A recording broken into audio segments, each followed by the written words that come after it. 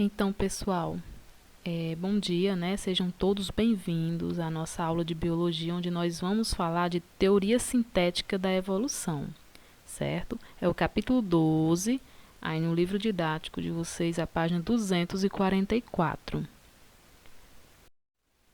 Então, essas teorias da evolução, elas são bem pertinentes, né? Nós vimos na aula passada as teorias de Lamarck e as de Darwin, certo? Então, só para relembrar, Lamarck, ele falava que o ambiente causa as transformações, certo? E Darwin dizia que o ambiente seleciona as transformações. Qual é a diferença que a gente pode ver aí? Quando Lamarck, ele fala aqui que o ambiente, ele causa transformações, ele está dizendo que tem um ser aqui, certo? Vamos supor uma cobra, e o ambiente fez essa cobra mudar de cor, certo? É isso que Lamarck diz. Já Darwin diz o seguinte, que existem cobras de determinadas cores, né? Uma de um jeito, outra cobra de outro jeito, e o ambiente seleciona aquelas que sejam mais adaptadas, certo? Então, seleciona as transformações que por acaso aconteceram naquela espécie. Não é que o ambiente ele fez o ser se transformar, não, certo? Darwin não diz isso.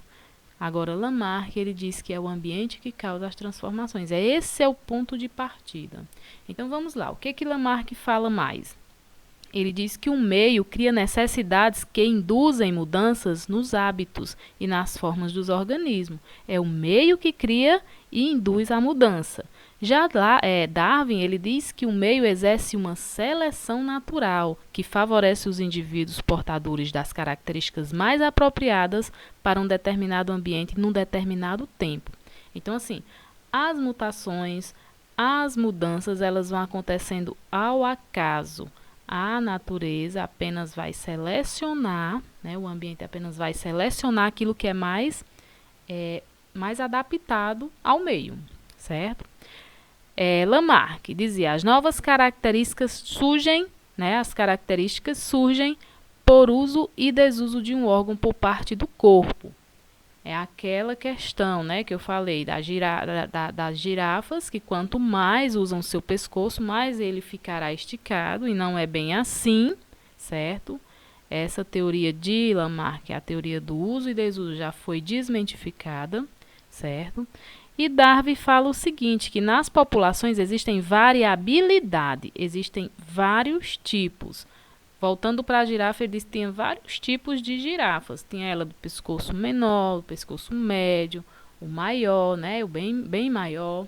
E aí, aquela que conseguia se alimentar melhor, né, que conseguia pegar o vegetal mais alto, iria ficar mais forte, mais alimentado, chegaria à idade adulta, né, a idade de reprodução, iria se reproduzir e deixar descendentes férteis. Isso é o que Darwin dizia.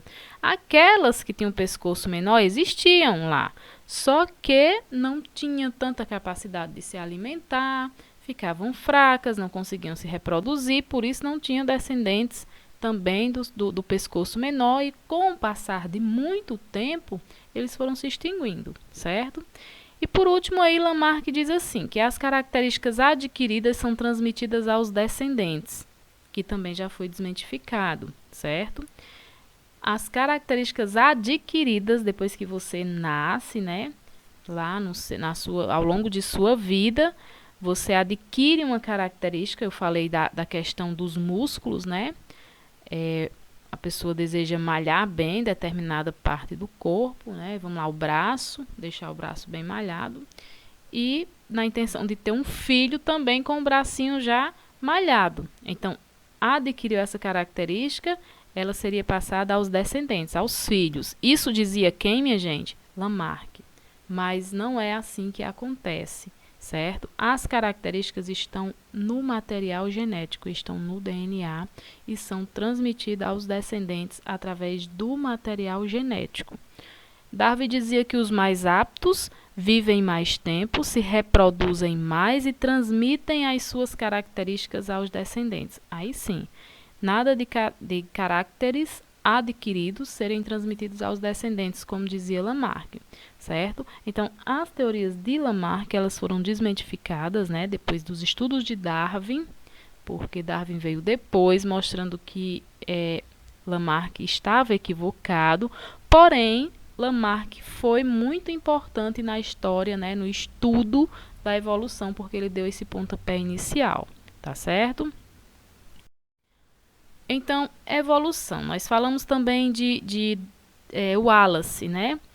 Os mesmos estudos, o mesmo pensamento de Darwin eram analisados e estudados por Wallace, né? Sendo que do outro lado do mundo ele fazia esse mesmo estudo quando os dois se encontraram e compararam, né? Através de artigos e publicações, aí confirmaram as ideias de seleção natural. Certo? Dois pensamentos, dois cientistas analisando a mesma coisa, o estudo ele ficou mais forte, né? Agora, tinham coisas que na época de Darwin ele não sabia, certo? O que Darwin não sabia?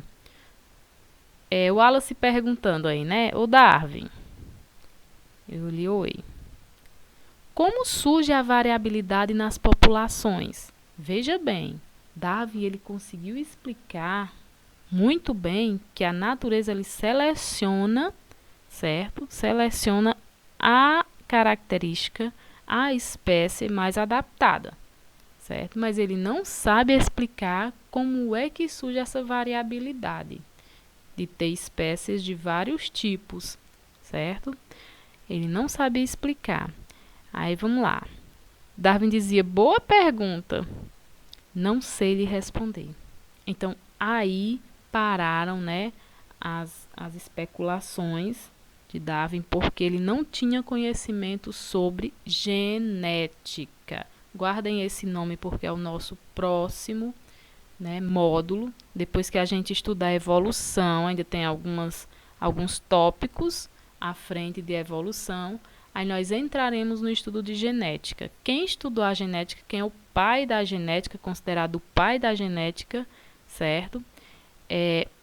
Vai dizer para a gente que é preciso conhecer os aspectos genéticos para responder essas perguntas de Darwin, certo? É preciso. Quem é considerado o pai da genética hoje, né? Quem foi e é Mendel, certo? Um cientista chamado Mendel. Ele vai explicar todas essas questões genéticas e vai explicar todo o processo de variabilidade que Darwin e Wallace, né, e Lamarck não conseguiram explicar. Tranquilo? Então, aí para iniciar, né, Darwin, população como unidade evolutiva. Era o que Darwin dizia, a população é uma unidade evolutiva. Variações vantajosas têm maior probabilidade de deixar descendentes férteis e aí continuar a linhagem, né, de descendência com determinadas características.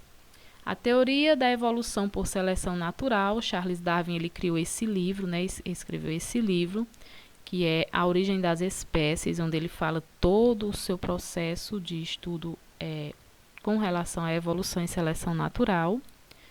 Aí o desenvolvimento da genética é a base da hereditariedade ao material genético, certo? Então, essa variabilidade, o desenvolvimento da genética tem uma base, que é o material genético. Quem é esse material genético? É o DNA e o RNA, que está presente nos núcleos das células, certo? As características adquiridas ao longo da vida de um indivíduo pelo uso e desuso, não podem ser transmitidas, certo? Tornando inválido a hipótese de Lamarck. Isso é o que Darwin afirmava, que as características adquiridas, como eu já falei anteriormente, elas não podem ser transmitidas aos descendentes. Então, a lei do uso e desuso do senhor Lamarck fica inválida. Existem mecanismos que garantem a variabilidade na descendência. Quais são esses mecanismos? O que é que garante a variabilidade? Fatores ambientais, certo? Reprodução sexuada e mutação. ok? O indivíduo ele apresenta possibilidade de desenvolver uma série de características influenciada ou condicionada pelo ambiente. Fatores ambientais. Vamos ver. Olha só, eu gosto de citar aqui o exemplo de gêmeos, né? Teve um nascimento, né, de gêmeos e eles não puderam ser criados pelos pais. Um exemplo hipotético. Então, um foi criado no Polo Norte, frio, né? Umas condições mais favoráveis, e o outro foi criado lá na África, carente, pobre. Eles foram separados, ainda bebês, e foram criados separados e de forma bem diferenciada em lugares bem diferentes, certo? Então, um teve a estatura mais elevada, né, mais alto, gordinho, branco, né, a pele mais clara, e o outro não teve nem condições de se alimentar, né, direito, teve a pele escurecida, mais magro, baixo, enfim, quando eles se reencontrarem, gêmeos que quando bebês poderiam ser idênticos, agora estão totalmente diferentes. Por quê? Fatores ambientais influenciou nessa mudança, nessa variabilidade aí, certo? Reprodução sexuada também ocasiona variabilidade. Por quê? Características vamos dizer, do sexo masculino, características do sexo feminino vão se unir, certo? E gerar um novo ser com características do pai e da mãe. Então, isso gera variabilidade genética também. E mutação é o que ocorre, né, nas células, principalmente nas células germinativas, elas são transmitidas aos descendentes também, ok? Mutação, a gente vê aí o exemplo do vírus, né, que ocasionou essa pandemia, o coronavírus, ele já está sofrendo mutação, então já está tendo variabilidade nesse vírus, ok? Variabilidade dentro de uma população, seleção natural atual, ok? O que é fenótipo e genótipo? São termos genéticos que nós vamos estudar lá na genética, mas eu já vou adiantar para vocês aqui. Fenótipo é a característica do indivíduo. Vamos supor, é o que você vê por fora, né? Como que você é? Cabelo encaracolado, né? Loiro, olho verde. Fenótipo é isso, é o que a gente consegue identificar fora do organismo. É o que a gente vê. Genótipo é o conjunto de genes, patrimônio hereditário. É o que a gente não consegue ver. Está lá no núcleo das células. É o DNA, são trechos de DNA, são os genes. Tranquilo? Então, a genética mais a evolução dá igual à teoria sintética da evolução, que é o nosso conteúdo de hoje.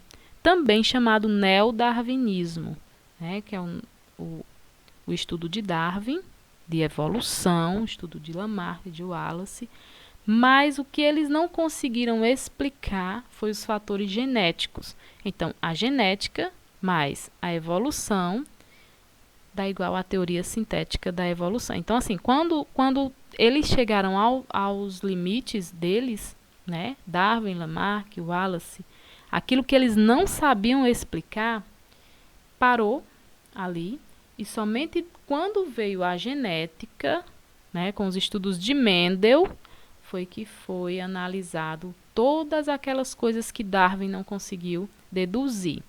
Então, essa nova teoria que junta aquilo que Darwin conseguiu nos transmitir com aquilo que ele não pôde, mas que Mendel trouxe na genética, né?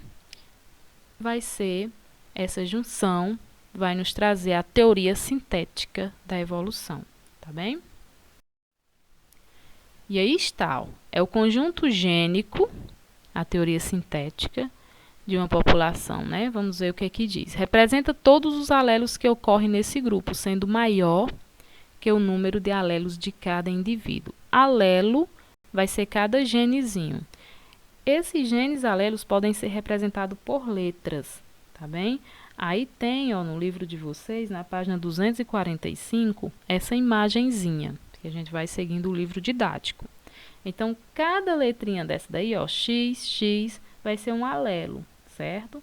Nas bolinhas tem um par de alelo. Então, quanto mais alelos na população, né, maior será a variabilidade genética. Tá aí nessa parte azul. Quanto maior o conjunto gênico de uma população, maior será a variabilidade genética. Os fatores evolutivos alteram a frequência de certos alelos na população, levando a uma alteração estatística no perfil da população ao longo do tempo. Então, assim, ao longo do tempo, esses genes eles vão se encontrando através dos cruzamentos e vai ocasionando variabilidade genética, né? Com muito tempo. Aquelas características favoráveis irão permanecer na natureza, no ambiente. Aquelas que não forem favoráveis, né? Que não tiverem condições de se manter ali, ao longo do tempo vai se extinguindo. A frequência de determinados alelos modificados, a frequência dos fenótipos dos indivíduos também será alterada nas gerações futuras. Veja aí esse exemplo dessas mariposas, né? Genótipos de uma população, né? É um dado hipotético, é uma hipótese. Nós temos a mariposa escura, veja o genótipo, que é o gene dela, azinho, azinho. E temos as mariposas claras. Olha aí, ó, que ela possui o gene azão, certo? E o gene azão-azinho. Não se preocupem com esse conjunto de genes, essas letrinhas e esses pares que nós vamos assimilar melhor no estudo lá em genética. Então, aí é só para mostrar o básico, certo? Vocês ainda vão aprender cada detalhe desse conjunto genótipo lá em genética, ok? Então, aí tem essas duas mariposas.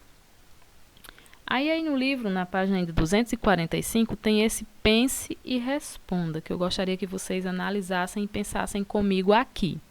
Veja bem, considere a situação seguinte. As mariposas, né, aí, formam uma população no qual predomina o alelo que determina a cor clara do corpo. Então, a cor clara do corpo, gente, é determinada pelo alelo azão.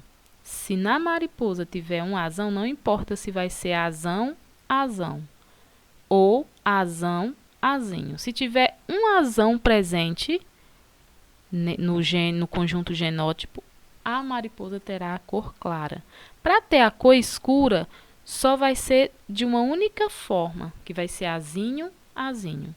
Então, a gente vê que a mariposa clara, ela tem mais possibilidade, porque se for uma azão, azinho, a cor é clara. E se for azão, azão, também será clara.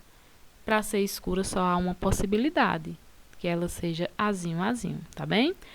Voltando lá. Assim, a maioria dos indivíduos apresenta um fenótipo claro. A região habitada por essa população sofre alterações ambientais. Veja aí o fator ambiente agindo, viu? Devido à atividade de indústrias instaladas ali perto, e os troncos das árvores onde pousam as mariposas tornam-se escuros.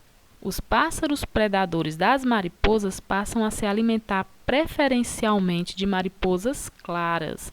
Por quê?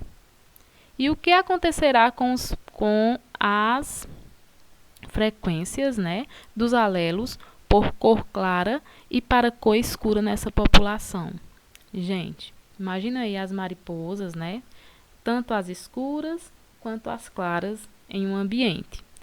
Viviam lá felizes e aí aconteceu esse acaso aí, né? De que uma indústria, né, liberou muito material tóxico. Os troncos das árvores ficaram muito escuros, certo? Muito escuros ali naquele local. O que aconteceu? É óbvio que as mariposas escuras, elas iam ficar camufladas, concordam comigo? E os predadores, ou seja, pássaros, as aves, que se alimentam de mariposas, iam enxergar primeiro quem? As brancas, porque elas iam se destacar, certo? Então, com tanta retirada da natureza dessas mariposas brancas, o que aconteceria com as mariposas escuras? Os alelos azinho, azinho, iam se reproduzir mais e iam aumentar, né, a população naquele ambiente. Então, era isso que iria acontecer, certo? Aí nós temos aqui a respostazinha para vocês analisarem. Façam um print e analise essa questãozinha aí, porque ela é importante. É assim que o Enem trabalha na questão de evolução, tá bem? O alelo que determina a cor clara do corpo terá uma frequência reduzida. Por quê, gente?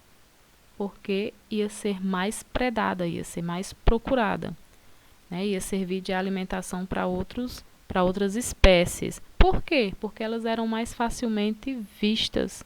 Elas se tornaram visíveis, já que os troncos estavam escuros, a branca, né, a clarinha, iria se destacar. Enquanto o alelo que determina a cor escura terá a frequência aumentada. Claro, não está sendo predada, né, não está sendo caçada, está se reproduzindo lá tranquilamente, ela iria aumentar a sua população, ok? Os fatores evolutivos aí, o que contribui para a evolução? Mutação gênica seria um fator, recombinação gênica seria outro, migração, né? E a seleção natural que a gente já vem falando. Então, esses fatores aí, eles são os fatores evolutivos. Vamos falar do primeiro, que seria mutação gênica. Alterações aleatórias que ocorrem no alelo, podendo ocasionar características diferentes da original. Tipos de mutação. Existem as desfavoráveis, as indiferentes, que, vamos dizer assim, tanto faz, e as benéficas. Mutação, gente, não só acontece mutação para o bem daquela espécie, não. Às vezes, a espécie ele muda, acontece uma mutação e é desfavoráveis, certo? E são desfavoráveis. Às vezes são benéficas e às vezes tanto faz. Aconteceu aquela mutação, não influenciou em nada no processo evolutivo, tá bem? A probabilidade de aparecimento de mutações desfavoráveis é maior, certo? Esse é um dado importante. Variações prejudiciais tendem a desaparecer, pois os indivíduos afetados têm menor probabilidade de sobreviver e gerar descendentes. Isso a gente já discutiu, né? Eu acho que já está claro. Com a variação benéfica, se dá o oposto. Se a mutação, a variação for benéfica, for ajudar a espécie, é claro que ela vai se proliferar ainda mais, né? Vai garantir ainda mais a existência da sua espécie no ambiente, ok? E essa diferencial, né? Melhor equipamento genético, tem maior probabilidade de se reproduzir e de transmitir suas características para as futuras gerações, mesmo sendo raras, as mutações benéficas, elas contribuem para a história evolutiva das espécies, tá bem? Então, essa era a parte de mutação aí, que ainda temos alguns dados. As mutações podem ocorrer nas células somáticas ou germinativas. Quais são as células somáticas? Né? São as células que compõem o nosso corpo. E as germinativas são as que formam gametas. Então, as somáticas afetam apenas as células somáticas e não se incorporam aos gametas. Na reprodução sexuada, elas não serão transmitidas aos descendentes, certo? Eventualmente, essa alteração está associada ao desenvolvimento de alguns tipos de câncer. Então, fica lá, vamos supor, teve uma mutação na célula somática lá no braço, né? No braço. Ela se proliferou, ficou no braço mesmo. Não sei, vamos dar o exemplo. Se multiplicou muito uma determinada célula, gerou um tumor, né? Gerou um câncer, um tipo de câncer. Mas essa característica aí, ela não vai ser passada aos descendentes, porque ela vai ser isolada somente ali, no portador, né? Agora, se essa mutação fosse lá nas células germinativas, essas características seriam passadas aos descendentes, certo? Olha aí nas mutações germinativas, afetam as células da linhagem germinativa, então podem ser passadas para a descendência pelos gametas. Então, do ponto de vista evolutivo, são as mutações germinativas que importam, as dos gametas. Se houve mutação nas células dos gametas, nas células germinativas, essas podem ser incorporadas ao patrimônio genético da espécie, certo? Já as mutações somáticas morrem com seu portador, ficam lá, não é transmitido, né? E as mutações também podem ser induzidas por agentes externos, os agentes mutagênicos, né? Esses mutagênicos são fatores físicos, químicos ou biológicos que elevam a frequência das mutações. Tipo quando você consome muito álcool, né? Um fator químico aí, o uso de cigarros, de algum medicamento, né? Algumas substâncias tóxicas. Isso pode ocasionar, sim, uma mutação na espécie, tá bem? São os agentes mutagênicos. Todos os seres vivos estão expostos a agentes mutagênicos. Entretanto, as mutações permanecem como evento pouco frequentes, certo? Elas acontecem, mas não são tão frequentes. A grande estabilidade do material genético deve-se a enzimas de reparação, que patrulham permanentemente as moléculas de DNA à caça de alterações, que são, na maioria das vezes, destacadas e reparadas ali, né? Tipo, você consome, né, usa uma determinada quantidade de cigarros. Então, ali existem células reparadoras que vai tentando reparar. Claro que o excesso, né, vai danificar o organismo sem dúvida alguma. Mas existem essas enzimas de reparação. Aí tem um exemplo de uma mutação, né? Tem aí o Azinho, A1, e lá em cima a mutação gerando A2, e depois A2 e A4. E essa é a mutação que vem ocorrendo com esse vírus, que eu acabei de falar, certo? Então, aí tem essas linhagens, lá embaixo A1 e A3. Foi a mutação que ocorreu nessa espécie aí hipotética. A mutação gênica de substituição, né, que seria a troca de um par de nucleotídeo por outro. Aí é uma sequência de DNA, um pedacinho de DNA, um trecho. A substituição do par de nucleotídeo pode ser silenciosa, caso o códon alterado codifique o mesmo aminoácido ou com perda de sentido. Caso o códon, né, vai identificar aí outro aminoácido. Aí seria modificando a conformação da proteína produzida. Um exemplo seria a mutação com perda de sentido, né?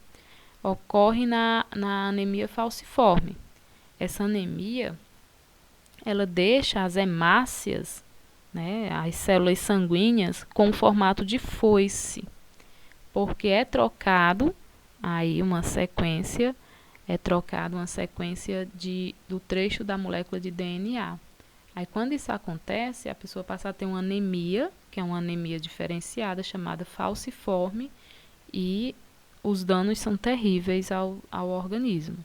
As hemácias, elas ficam defeituosas, certo? A deleção, né? Remoção de um ou mais pares de nucleotídeo. Aí já vai remover uma quantidade maior. Essa deleção de um número de pares de nucleotídeo que não seja múltiplo de 3 altera completamente a mensagem do gene. Então, a característica ela vai ser diferente. E acontece aí a inversão também, né? Que é a adição, ao invés de ser retirado ou trocado, vai ser inserido, né? Um ou mais pares de nucleotídeo. E tem que observar, né, que não pode ser múltiplo de 3, certo? Porque altera completamente a mensagem no gene. Isso aí, um exemplo disso aí está ocorrendo com as síndromes. A síndrome de Down, por exemplo, ela já pode ser identificada ainda no feto e pode acontecer um desligamento dos genes. Né? Os pais, claro que isso custa ainda um valor muito alto, né? Mas os pais podem optar por não ter aquela criança com síndrome de Down. Então, faz esse deslocamento, tira essa característica do DNA, vamos dizer assim, e a criança vai nascer sem a síndrome de Down. Entendido, pessoal? Então, acontece deleção, inserção, certo? Nos genes, mas de forma natural, a gente chama mutação gênica, né? E essa forma que eu falei, com a síndrome de Down, seria uma mutação artificial. Teve a interação humana, né, praticando esse ato. Recombinação gênica também ocasiona mutação, né, a recombinação gênica. Reorganização dos genes já existentes ocorre em função da reprodução sexuada.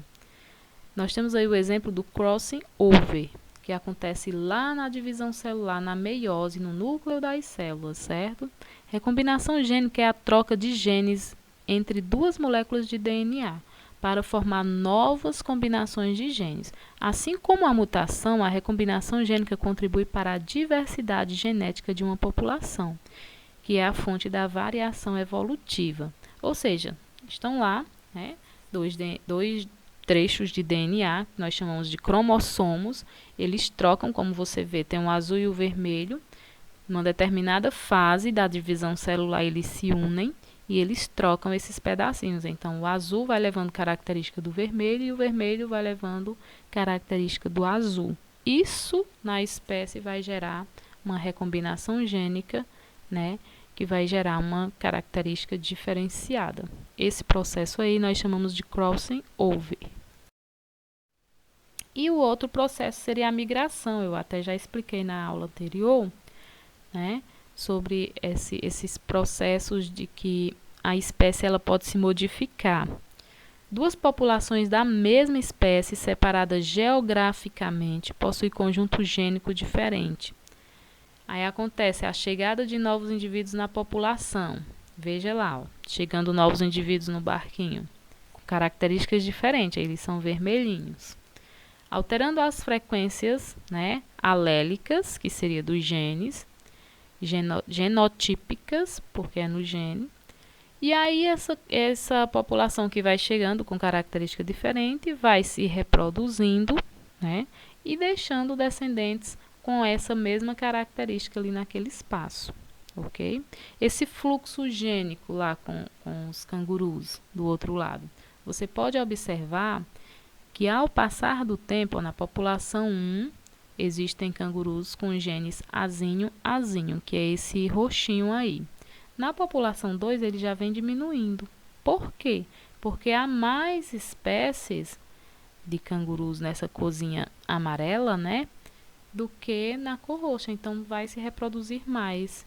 E o azinho tende a diminuir. É o fluxo gênico. Tranquilo? E seleção natural, né, que é o que nós já vamos falando, né, constantemente, atua sobre a variabilidade genética de uma população, que pode resultar de mutação, migração e recombinação gênica. A teoria de seleção natural, portanto, né, ela vai ser o ponto central da teoria moderna da evolução biológica. Foi desenvolvida por Charles Darwin para explicar a evolução das espécies, segundo a qual nem todos os indivíduos de uma população têm a mesma expectativa de sobreviver e de se reproduzir. Assim, os mais adaptados são selecionados e suas características são transferidas, né, são transmitidas aos descendentes, em oposição à eliminação daqueles cujo atributo é desvantajoso, provocando a morte do indivíduo e a extinção, né, de um grupo. Se as características forem desfavoráveis, é claro que a espécie ela tende a se extinguir. Portanto, o ambiente viabiliza a manutenção das espécies. Tá certo? Agora, o ambiente não vai transformar nenhuma das espécies. Ele vai analisar e selecionar aquelas que estão aptas. As mutações elas ocorrem ao acaso. Se for para o bem, se for para conseguir viver naquele ambiente, a espécie fica. Mas se for desvantajosa, se não for para conseguir viver ali naquele ambiente, é claro que ela vai se extinguir.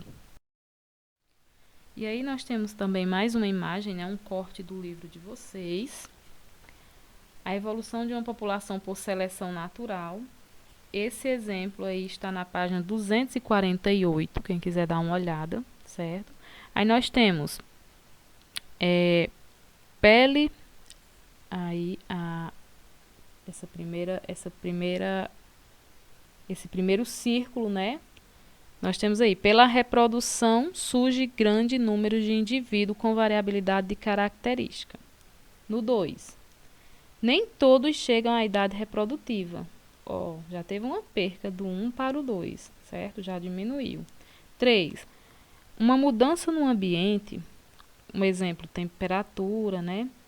Ou alguma catástrofe ambiental, afeta a sobrevivência de alguns indivíduos. Diminui mais ainda. Por quê? Porque alguns indivíduos não estão adaptados a temperaturas elevadas, vamos dizer assim. E o 4, algumas gerações depois, né, a variabilidade na população é diferente da original. Então, claro que mudou. Por quê? Porque essa quantidade que ficou aí no 3, elas são bem adaptadas. Conseguiram ficar porque estavam adaptadas. Então, eles se reproduziram e passaram características com melhores adaptações para os seus descendentes. O que deixou esses seres bem diferentes do círculo 1 lá no início, certo? Porque foi se extinguindo aqueles que tinham desvantagens nesse ambiente. Tranquilo? E aí, por último, nós temos seleção sexual, né? Essa seleção sexual, na natureza, indivíduos de mesma espécie podem ter preferência de acasalamento com indivíduos com o mesmo fenótipo, resultando em populações fenotipicamente distintas. Ou seja, a espécie pode escolher, né? Aí nós temos o exemplo do pavão, né? O macho e a fêmea. Os pavões, eles ficam mostrando, os machos, né? Eles ficam mostrando suas penas, o seu canto, eles ficam se exibindo e a fêmea fica analisando qual é o mais bonito. Então, ela vai selecionar, seleção sexual, aquele que ela vai querer se acasalar. E é claro que os descendentes vão ser tão bem postos, né, como o macho que ela escolheu, certo? A existência de algumas características em machos ou em fêmeas de certas espécies sem aparente função na sobrevivência. Comportamentos competitivos em relação às fêmeas, competição pelo alimento, pelo espaço e pelas fêmeas, sobrevivência dos mais aptos, certo? Então, algumas espécies elas tendem a selecionar. A espécie humana faz isso, né? É claro que você pode querer fazer a seleção, né, do que você quer. Você não vai querer uma pessoa que tem uma determinada doença, claro, só se o amor falar mais forte, né? Mas se você sabe que aquela pessoa tem uma doença que pode ser transmitida aos descendentes, e tem outra pessoa ali extremamente saudável, que você pode ter filhos saudáveis, então como é que você pode fazer? Você pode selecionar, né, o que nós vamos chamar de seleção sexual, tá bem? E por último, né, a seleção artificial, certo? Que é feita pelo homem. Aí uma espécie de planta, né? Aí nós temos o milho, com muita ramagem e poucas espigas. Aí ele foi cruzando, foi fazendo de forma manual, certo? Essa seleção artificial aí gerou um milho mais forte, mais saudável, né? Com menos ramagem, mais espigas, mas foi com a interferência humana. É igual o gado, né? Você pode selecionar aquele que produz mais leite, fazer cruzamento com aquele que tem uma carne mais, um músculo mais firme e selecionar ali uma linhagem de gado mais produtivo, certo? Então, essa é a seleção artificial. E a gente pode fazer uma interferência, né? Não é tão natural quanto as espécies no ambiente. Deriva genética.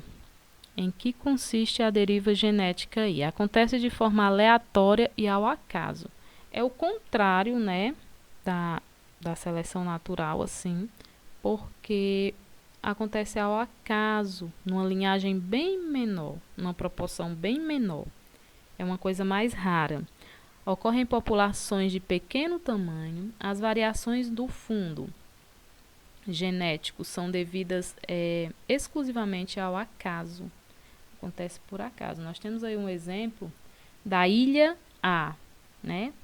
Tem lá dois tipos, né? Duas espéciezinhas lá, de duas características diferentes na população inicial, e elas foram levadas, né? As joaninhas foram levadas, arrastadas pela tempestade lá para a ilha B. As joaninhas arrastadas pela tempestade estabelecem uma nova população. É uma proporção menor, certo? É o efeito fundador. Um número pequeno de indivíduos desloca-se para uma nova área, lá na ilha B, transportando uma parte do fundo genético, ou seja, levando aquela característica genética. Na Austrália, os aborígenes, né, só existe o sistema A e O nos grupos sanguíneos, falta o sistema B. Então, assim, são características que são levadas, né, que são mantidas nas espécies, e quando eles chegam em um determinado meio, vai se manifestar. Isso é a deriva genética, né? Trouxe uma genética que derivou de um outro meio, tá certo? É o fundo genético, patrimônio genético que ficou formado na espécie. Aí a gente finaliza. Na próxima semana, pessoal, a gente vai ter atividades, né? A resolução de exercícios. E eu digo a vocês, né? Foi um prazer estar aqui mais uma vez. Espero que vocês tenham compreendido. Qualquer dúvida, só chamar. Né? Um abraço, se cuidem, certo? E uma excelente semana de estudos. Bons estudos para vocês. Até a próxima aula, gente. Tchau, tchau.